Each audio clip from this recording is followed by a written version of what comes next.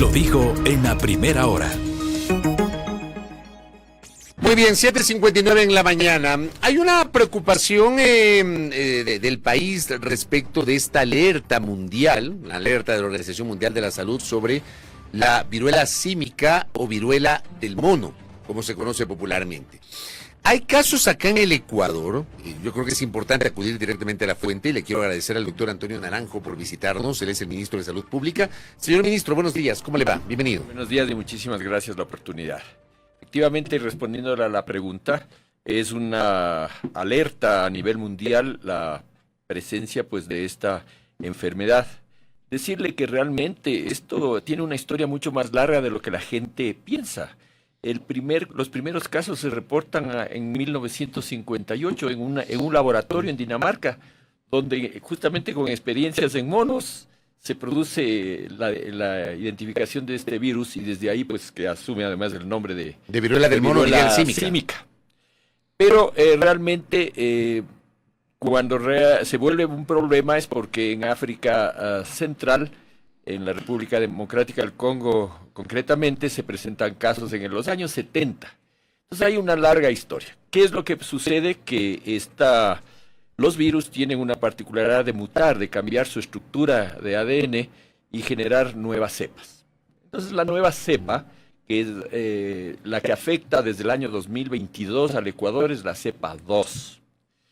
Y es una enfermedad que felizmente tiene ciertas particularidades que no lo convierten en una enfermedad extremadamente grave, ni tampoco de una alarma epidemiológica como sería el COVID, por ejemplo.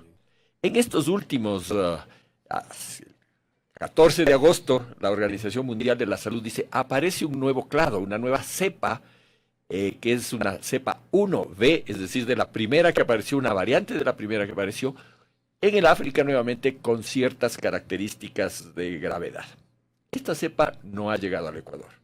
Nosotros tenemos, desde lo que va del año 2024, 7 casos reportados de la cepa 2, que es la que hubo en el 21 y en el 22. O sea, la cepa que ya teníamos que ya acá. teníamos allá y que han vuelto a aparecer y que han sido identificados hasta el mes de junio. 4 casos, y en estos últimos tiempos pues han aparecido estos 3 más. De 21 a 20, desde el 21 a 22 que llegó la primera cepa. Del 22 al 23. Del 22 al 23. Sí. ¿Cuántos casos hemos tenido desde que llega esta cepa que usted dice? Como 700 casos. Yeah. 756. ¿Y ha habido algún fallecido por esta? Sí, ha habido fallecidos, ha habido 14 personas que han fallecido. Representa el 0,5%. 0,54% es de mortalidad, que es menos de lo que se observa en la mortalidad general, porque hay una característica. Esta viruela afecta generalmente a personas que tienen alguna predisposición de tipo inmunológico, es decir, afecta más gravemente, puede afectar a cualquier persona, pero más gravemente a las personas que ya tienen una disminución inmunológica, entonces obviamente pueden adquirir características de mayor gravedad. Entonces, sí es mortal esta enfermedad. Es mortal. Puede provocar la muerte. Como casi todas las enfermedades. Pero no es letal, o sea, automáticamente una persona que se contagia no es una sentencia de muerte. Perdón que lo grafique de esta manera. Absolutamente. Pero creo que es importante para que entienda el público. Yo le diría que si, por ejemplo, nosotros cuando empezó el COVID y teníamos las primeras noticias, pues realmente le consideramos, como usted dice, una enfermedad extremadamente grave que podía terminar con la muerte. Hoy, si nosotros tenemos las precauciones necesarias, los cuidados necesarios, no deberíamos tener el mismo grado de preocupación. Ahora bien, de la nueva cepa, la que anunció la Organización Mundial de la Salud el 14 de agosto pasado, que es esta cepa que es una variante de la 1, la 1B, no hay evidencias de que haya llegado al Ecuador. No, y eso es importante especificar cómo se hace esa determinación. Existen 2 pasos. Primero, se hace un estudio que se llama de PCR, que para que se entienda es como una amplificación del tamaño de la estructura del virus, le agrandan para que sea fácil identificarlo. Este PCR no se utiliza solamente para esa enfermedad, se utiliza para muchas otras, y es el primer ejercicio que hace el INSPI, el Instituto de Investigaciones del Ministerio de Salud. Toma el caso, estudia, hace el PCR, si sale negativo se termina ahí la investigación, si sale positivo se va a hacer una tipificación ya más específica, que es para ver de qué subgrupo es, si es 1 o 2. En ese caso, no ha habido reportes de que ha sido 1B. ¿Cuál es la diferencia de la cepa 2 que usted nos reporta sí la hemos tenido en el Ecuador con esta variante alertada por la OMS? Estructuralmente obviamente hay diferencias de tipo científico que no viene al caso establecerlo, pero desde el punto de vista clínico, pues obviamente nosotros tenemos los reportes que nos vienen de África, que es una cepa que puede ser más agresiva. Le digo esto porque yo y todos aquellos que hablemos sobre el tema lo estamos haciendo en base a los mismos reportes que nos está dando la literatura. Nosotros no tenemos experiencia de esta cepa 1B, no hemos tenido un solo caso. Mal podríamos decir, en mi experiencia o yo, es la misma literatura que la leemos todos y que sabemos que la virulencia, es decir, virulencia en la rapidez de difusión y la gravedad podría ser mayor que la que teníamos en el momento actual, la que tenemos en el momento actual. En este momento, ahora, ¿cuántos casos tenemos? Tenemos 7 casos. En este momento. Confirmados. Y esto es importante porque nosotros estamos haciendo prácticamente como un marcador. Estamos informando a la ciudadanía día a día. Hemos confirmado en estos últimos días la presencia de 3 casos positivos, de 1B, de 2. De 2. Y... Cuidado, dice 1B porque... Sí, ahí sí se arma el escándalo. De no se me confunda. Sí. De 2, y hay 3 que están en espera de la confirmación o no de parte del INSPI. A ver, tenemos 3 casos confirmados. 7 casos A ver, confirmados. 7 casos confirmados. Sí, y 3 en sospecha. Ya, 7 confirmados y 3 en sospecha. Sí. ¿Esos 7 casos confirmados dónde? ¿En qué provincias? Ya, fundamentalmente han sido en provincia de Guayas, en donde se han determinado estos casos. Nosotros estos últimos 2, el uno fue en Guayaquil, el otro también fue, digamos, en un hospital de Guayaquil, el otro fuera. También tuvimos la alerta y esto es bien importante que sepa la ciudadanía, y así debe funcionar, se produjo una alerta en un colegio en Los Ríos. Inmediatamente, tanto el Ministerio de Educación como nosotros fuimos alertados, fuimos al sitio, se tomaron a los chicos, que eran 4, se aislaron, ¿no?, para que no contagien hasta no saber qué es lo que estaba pasando. Se hicieron la determinación de la positividad o no, y esas es las que estamos esperando justamente el informe, pero ya las características clínicas, porque no es que toda lesión en la piel es viruela, ya las características clínicas parecerían ser que son negativas. De todas formas, está tomado en precaución todas las medidas, así es como debemos funcionar. Dar el alerta, llega el equipo de epidemiología del ministerio, hace levantamiento de la información, se toman las muestras, se hace PCR, si el PCR es negativo se acabó el problema, si es que es positivo para viruela del mono, se manda a tipificar si es que es 1B o 2, hasta ahora solo 2, y se termina la investigación. ¿En qué tiempo se podrían confirmar esos 3 casos que están todavía en análisis? Debe salir el día de hoy, porque se demora de 36 a 48 horas la segunda etapa. ¿Es altamente contagiosa esta enfermedad? No, eso también es importante. ¿Cómo se la transmite, doctor? 3 cosas que son importantes. La primera, que se sabe que es a través de transmisión sexual, del contacto directo, ¿no?, de todas las variables que esto puede ocasionar, ¿no?, contacto oral, genital, etcétera. Y esa es la primera alerta. La segunda alerta es en personas que la costra, digamos, la vesícula, la zona dañada de la piel, se rasca y se toca y se contacta, obviamente ahí está el virus. Entonces habría un contagio de alguien, por ejemplo, de que entre los niños, que se rasca, se topa y de ahí y contagia. Y la tercera, que es bien importante que se tome en cuenta, esta no es esencialmente una enfermedad de transmisión respiratoria. Por tanto, A diferencia del COVID. A diferencia del COVID, que todo el mundo, por ejemplo, tenía que utilizar mascarillas, eso es obvio. Aquí hay una cosa que es importante, que es la capacidad que tiene el virus de viajar desde la respiración hacia el exterior. Es decir, si yo tengo una distancia como la que estamos los dos, no nos va a contagiar. No hay esa posibilidad, aunque estemos sin mascarilla. Claro, pero si es un beso, aunque no estemos sin mascarilla, pero si hay un beso, un contacto ya muy cercano y prolongado. Sí hay esa posibilidad. Como todo virus. Frente a eso, yo sí le quiero pedir una aclaración que hasta ahora no se genera por parte de las autoridades. Ayer algunos colegas estaban pidiendo la ratificación, el desmentido de un comunicado que había llegado del Instituto Nacional de Investigaciones Agropecuarias, Sí. de la Dirección de Administración de Talento Humano, Gestión Externa de Seguridad y Salud Ocupacional, que había dispuesto el uso obligatorio de mascarillas en la sierra, en la costa y el oriente, uso parcial de mascarillas en la región sierra, higiene de manos, etcétera, de mantener algún síntoma de los que a continuación se detalla, acércate de inmediato al servicio de salud, erupción cutánea, fiebre, dolor de cabeza, dolor de garganta, dolores musculares, dolor de espalda, falta de energía, ganglios linfáticos inflamados. Yo le quiero preguntar si estas medidas son oficiales por parte del sector público. ¿O este comunicado es falso? No, y en eso sí hay que ser enfático. Yo entiendo de que hay personas que con un exceso de optimismo quieren pues dar comunicados y estar al día en la información, pero a veces terminan desinformando y terminan generando... Que se genera este pánico y este caos. Que no hace bien. Entonces, por esa razón, yo creo que el gobierno nacional ha hecho una medida que es lógica y es solicitar que el vocero oficial sea el Ministerio de Salud. Y ni siquiera el ministro de Salud, sino que hay un equipo técnico que obviamente está más enterado del tema. Nosotros, yo como médico clínico sé de la enfermedad, pero no sé más que lo que estoy leyendo y lo que están leyendo todo el mundo. Es importante acudir a las fuentes informadas.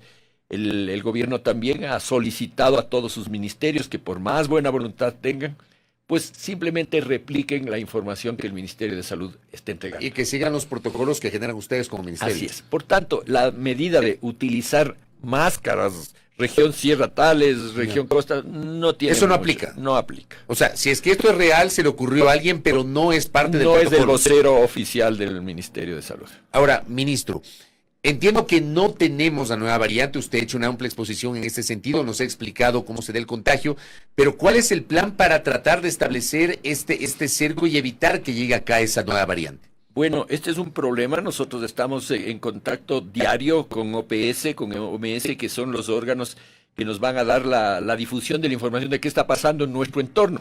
Nosotros también estamos pendientes de qué es lo que está pasando en nuestros vecinos. Ayer en la tarde tuvimos una reunión con gente de OPS y estuvimos conversando sobre el tema para poder tomar las medidas de precaución. Pero usted comprende de que realmente frente a una situación así es difícil llegar a controlar. Por ejemplo, el fenómeno migratorio. Hay ciertas zonas que obviamente están identificadas como es la zona de la África Central, pero un viajero puede venir de cualquier parte del mundo y exponernos. Entonces, sí debemos de estar alertas, seguir vigilando esta posibilidad. Y otra de las preguntas que surge es, ¿qué pasa con la vacuna?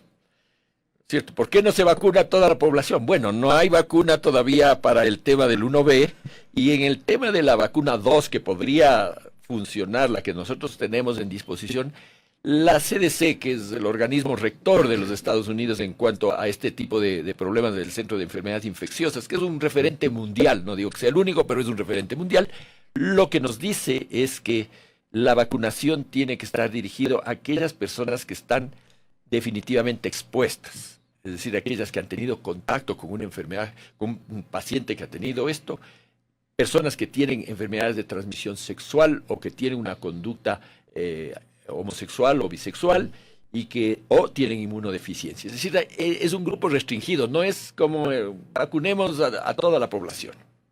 Esto es lo que hasta este momento dicta la academia en relación a esto. Pero hay vacunas. Hay vacunas para la 2, digamos, vacunas. Sí. Vacunas para la viruela símica. Símica, exactamente. Correcto. Dejemos ese tema de lado, ministro. ¿Qué pasa con el tema de las dializadoras? Esto ha generado mucha preocupación. Las dializadoras, que son aquellas que generan este apoyo a los hospitales públicos para poder atender a los pacientes renales.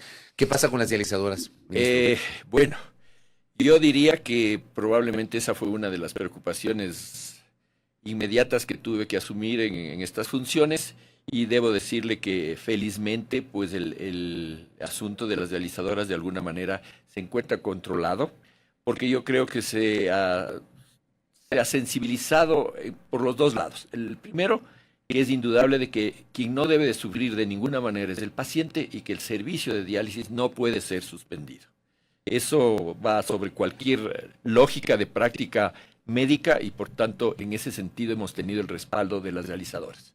Por otro lado, también el Ministerio de Salud tiene que reconocer de que las dializadoras también viven pues de la generación de los recursos y por tanto necesitan de ese aporte económico. En este sentido, conjuntamente con el Ministerio de Finanzas, ya son 2 meses en que venimos pagando regularmente. En este mes de de agosto se pagaron 13 millones repartidos pues de manera equitativa a las 107 dializadoras que existe en el país. Y pues vamos de esta manera cumpliendo, ¿no?, el pago oportuno, mensual, de esta deuda del gobierno. Con esto que está explicándonos, ¿no hay el riesgo de una nueva posibilidad de paralización por parte de las dializadoras? No debería haberlas, porque finalmente nosotros estamos haciendo el esfuerzo de pago y ellos han entendido de la misma manera. Sí puede ser el caso de que exista algún excepcional dializadora que por A o B motivos no entregó la información a tiempo, la facturación estuvo incorrecta, no se terminaron los procesos de auditoría. Pero es un problema de la dializadora. De la dializadora. No falta de pago per se del Estado. No del Estado, ya es puntual el problema. De ahí que realmente usted verá que ya se ha disminuido al mínimo este tipo de reclamos. Pero están atendiendo las dializadoras en este momento. No hubo la paralización. No se llegó. No, y en eso hay que agradecer. Finalmente no se llegó a aquello. No se llegó a aquello y hay que agradecer porque por supuesto eso hubiese tenido una implicación grave, ¿no? Ha habido algunos que no han recibido, por ejemplo, en los primeros tiempos, en julio, hubieron dializadoras que no recibieron nuevos pacientes. Pero los pacientes que estaban recibiendo diálisis, no se suspendió el servicio. Ministro, ¿qué pasa con el abastecimiento de medicamentos a los hospitales y dispensarios regentados por el Ministerio de Salud Pública? ¿En qué estado se encuentran? Todos ellos en forma promedial están sobre el 80% en lo que se refiere a medicamentos y sobre el 90% a insumos. Digo en promedio porque igual que en cualquier situación, eso también responde a una gestión y puede haber ciertos casos específicos de desabastecimiento de cierto específico medicamento, pero en general el abastecimiento es sobre el 80%. ¿En todos los hospitales? En todos los hospitales. O sea, no, pero no solamente paracetamol, sí hay otras medicinas. Por o sea, le pongo el tema del paracetamol porque hay gente que dice solamente hay paracetamol. A veces y resulta que los médicos le dan ahí, le anotan un papelito para que compren en las farmacias que están en los alrededores de los hospitales. Eso es terrible y obviamente, como entenderán, no es una cuestión que hay problemas que son muy arraigados en la estructura de salud y que no es una cosa que se puede cambiar de un momento a otro. Pero a veces lo que más falta es paracetamol porque se prescribe, yo creo. En realidad, nosotros lo que estamos haciendo es una correlación entre la patología más frecuente de esa área con el abastecimiento. Por ejemplo, si en la provincia de Manabí la hipertensión y la diabetes es un problema muy serio de salud, el abastecimiento fundamental, el que más debe estar cubierto, son sobre medicamentos para hipertensión arterial, para diabetes, porque de pronto para una enfermedad que sea mucho más rara en el ambiente, pues hay la posibilidad de inclusive de compartir de una unidad hospitalaria a otra. Pero yo creo que en ese sentido, y eso es una cosa que la ciudadanía tampoco sabe, y que fue una sorpresa grata para mí, es encontrar que existe un sistema informático bien estructurado en el ministerio que permite día a día, en tiempo real, establecer el abastecimiento que tenemos en las diferentes unidades. ¿Y qué pasa con el equipamiento en los hospitales públicos, ministro? También ha sido una preocupación. Encontramos, desgraciadamente, muchos equipos que estaban sin mantenimiento, que se habían vencido las garantías y el mantenimiento como tal, y tenían fallas. Entonces se ha procedido a hacer primero un levantamiento de toda la información de estos y pues irlos reparando para contarles a la ciudadanía. Yo siempre utilizo el tema de los tomógrafos como una referencia. 17 tomógrafos dañados en el país. De esos 17 tomógrafos dañados, 3 ya definitivamente es por obsolescencia. Y hay que reemplazarlos. Ya hay que reemplazarlos. Se los va a reemplazar. Y ya tenemos comprados 8 tomógrafos más. Estos van a llegar en 1 o 2 meses y 2 resonadores más. Y le decía, hemos logrado ya rehabilitar de lo que vamos de 7 tomógrafos que estaban arrumados prácticamente, y a 7 han entrado en reparación y en funcionamiento. ¿Cómo se logra a veces estas cosas? Bueno, primero por buena voluntad y segundo con la colaboración. Por ejemplo, el Ministerio de Energía, de Energía, que es el que regula el SCAN, que se llama, que es la comisión que antes se llamaba Comisión de Energía Atómica, los equipos de imagen, digamos, los equipos de rayos X, nos ha ayudado en el trámite. Y la empresa proveedora lo ha traído por avión los tubos de reparación. Es decir, todo el mundo ha colaborado para cumplir en el tiempo más corto la rehabilitación de estos tomógrafos. Y ahora, por ejemplo, el Vicente Corral, hospital icónico de Cuenca, ya se reparó. Igual pasó en el Monte Sinaí, en Guayaquil. Es decir, estamos trabajando en esto y esperamos pues en un par de meses tener rehabilitados estos 13 o 14 tomógrafos que estaban dañados. Un par de cosas finales. Acá, y le envío un abrazo a Franco Fernández, que está en sintonía. Él es sarumeño y me escribe justamente desde la provincia del Oro. Me dice, ¿qué pasó con la repotenciación del hospital de Saruma en la provincia del Oro? ¿Cuándo estará listo? ¿Tiene alguna referencia sobre eso, ministro? Sí, tuvimos la oportunidad de conversar con autoridades justamente de Saruma, no sé si fue esta semana o la anterior, pero el tema era que había una información que estaba detenida por parte de quien estaba haciendo la gestión en la construcción. Eso se habilitó, entregó en el tiempo que tenía que haber entregado y esto esperamos que dé un paso positivo hacia avanzar. Yo sé que esto es una preocupación del hospital ya de algún tiempo y pues, como le digo, esperamos tener hasta fin de año pues solucionado el tema. El de Saruma, hasta fin de año. El de Saruma, sí. Correcto, hasta fin de año dice el de Saruma. Acá me piden que le pregunte, ¿por qué se quedó insubsistente el contrato de construcción del hospital de Alausí, en la provincia de Chimborazo? Bueno, veo que han hecho bien la tarea. Los oyentes ahí están ahí preguntando. El hospital de Alausí es un problema muy serio. Había un tema a ver, la primera cosa, la más importante, la que a todos nos preocupa, a los de Alausí y al ministerio y todos.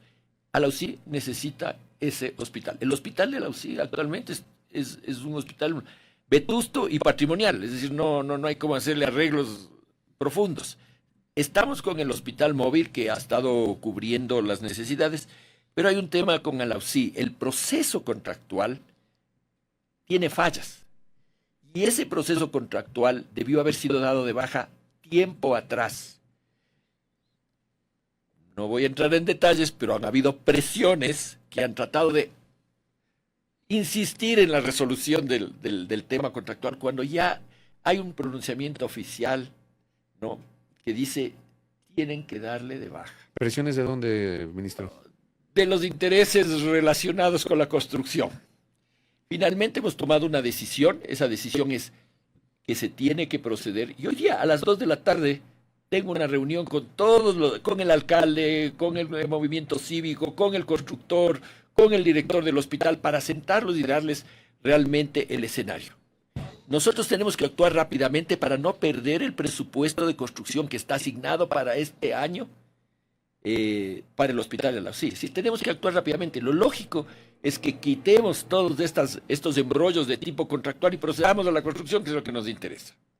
Acá tengo un médico que me escribe, ministro, y dice, y habla del direccionamiento de compras de contratos con sobreprecio. Hay mafias que operan para poder adjudicarse contratos.